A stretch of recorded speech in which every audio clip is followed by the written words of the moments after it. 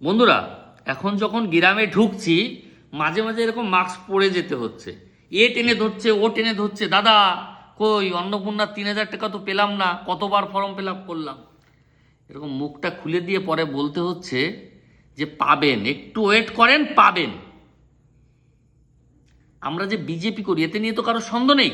সন্দেহ আছে কি? নেই, আমি জানি না, কারণ সন্দেহ থাকার কথা না। কারণ নির্বাচনের প্রচুর আগের থেকে 2018 সাল থেকে বিজেপির হয়ে কথা বলছি স্পষ্ট ভাষায়। আপনাদের মাথায় একটা জিনিস কেন ভিতরে ঢুকছে না? আমরা নির্বাচনের সময় কথা দিয়েছি যারা যারা লক্ষ্মীর ভাণ্ডার পেতেন, মানে মহিলারা, পুরুষরা না, মহিলারা, প্রত্যেককে অন্নপূর্ণা যোজনার 3,000 টাকা করে দেওয়া হবে।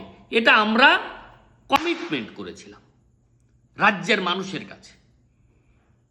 একটা হিসাব আপনারা একটু ধরুন, একটা হিসাব ভাবুন।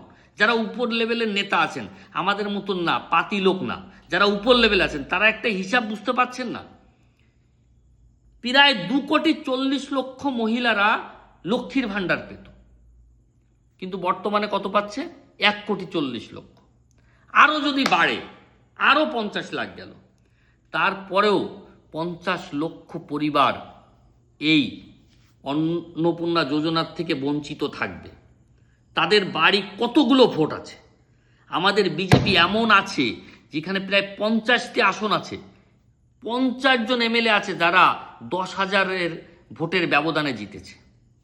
পারবেন পরবার ক্ষমতায় আসতে? পারবেন? বলেন, বুকে হাত দিয়ে বলেন তো।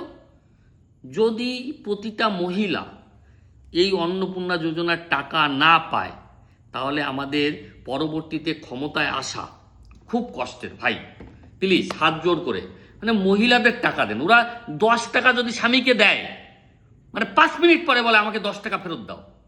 আর এখানে 3,000 টাকার ব্যাপার। একটু মাথার মধ্যে একটু বুঝুন। হাত জোর করে অনুরোধ করছি, ওই সরকারি চাকরি টাকরি দেখতে যাবেন না। মহিলা হলেই অন্নপূর্ণা যোজনার টাকা পাবে। জয় শ্রীরাম, ভারত মাতা কি জয়।